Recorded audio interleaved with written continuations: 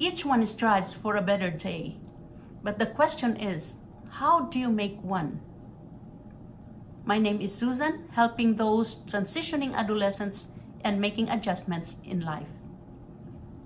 Today, I'm going to share with you how to make each day better with one simple step. Create one and live it, which is based on 4 biblical principles. Know your purpose, connections to the source of power, plan it right, and use his strategies. Know your purpose. You know how important it is to know who we are, who you are, why you are here, rather than not knowing at all. Connections to the source of power.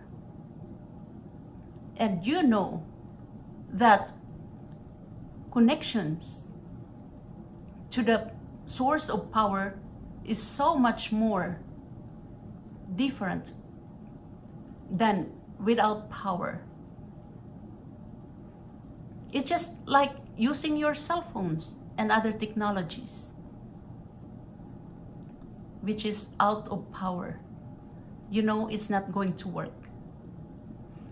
The third one, plan it right. Do you plan it yourself, your life, and any activity or event in life each day? Or you let him plan for you?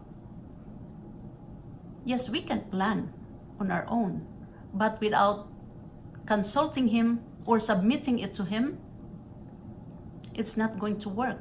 Because by having him plan for us will allow him to work with us and allow him to make corrections. Strategies such as plans, do you have him do or work it out for you? Or do you use his strategies rather your own? Or rather than your own? Because by using his strategies will allow him to work with us, such as with plans, and will allow him to make corrections for us. And those 4 is the whole aspect to make your day better each day. A day is just a dot in a lifetime.